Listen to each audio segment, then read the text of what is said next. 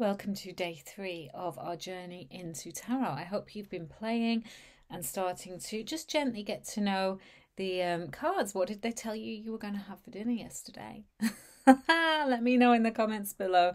And did they give you some really clear indications, or was it a bit muddy and misty? It's sometimes interesting to ask for two completely different things and see how the cards respond. And of course, this is just at the beginning of our tarot play. So the way we are connecting in this first week is light, it's frothy, and it's taking away all those barriers and boundaries and limitations that perhaps we've placed around ourselves and tarot.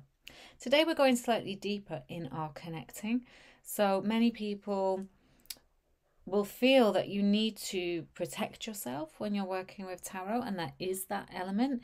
The way I work, because I've been working with tarot for 30 years, is I automatically feel, and I set it up in my home and in my space, and when I'm working with clients, that I am protected from anything lower. I have never experienced anything lower in terms of lower energies, demons, supernatural weird stuff going on that has felt frightening anyway. Nothing frightening in my tarot practice ever, and I believe it's because I choose to disclude those things. Those things are not part of my practice, never have been, never will be, and therefore I trust and pray and just automatically set up that my space is protected from such things. Now, if that's not I guess most people don't go around setting up protection between themselves and whatever they feel may be a lower or toxic energy.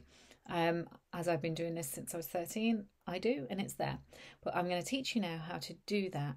So let's do it together, and we're going to do it to consume our entire practice for this month and going forward. So placing your hands on your heart, closing your eyes, and making sure both of your feet are on the floor, flat on the floor. Taking a nice deep breath.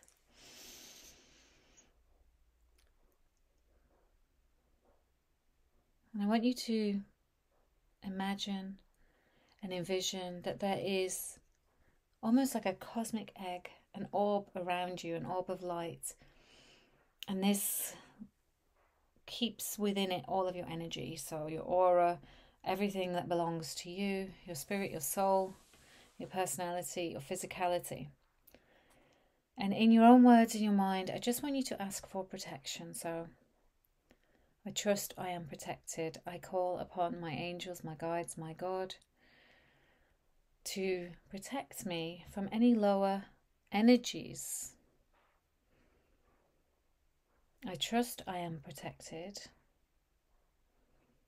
and I call upon only the highest of energies and vibrations when I am working with my tarot, and at all times within my life, my space, my home, my heart. Taking another deep breath, imagining that beautiful egg all around you, keeping you safe, trusting that we don't need to go into big deep dives of asking for protection. It simply is. I believe that spirit steps up as is called, and that we are all sufficiently protected now. And if you have any qualms about that or queries, questions, let me know in the comments below and I will respond. But also you can do that every time you pick up your cards. You know, I've been doing this for 30 years, so I feel like it's kind of with my territory, it's here. And you might find that after a period of time you don't need to continue to ask for that protection, but that protection simply is with you. However, if you feel that you want to, you can continue to do that every day, every time you pick up your cards, when you go to bed at night, when you start the day off in the morning. It's a perfectly healthy and viable way to go about protecting yourself. And I find very effective because, as I've said, I've never had a dark or difficult experience with the tarot. So, our other way of connecting today is, how do we switch on to this mode? How do we get into the zone?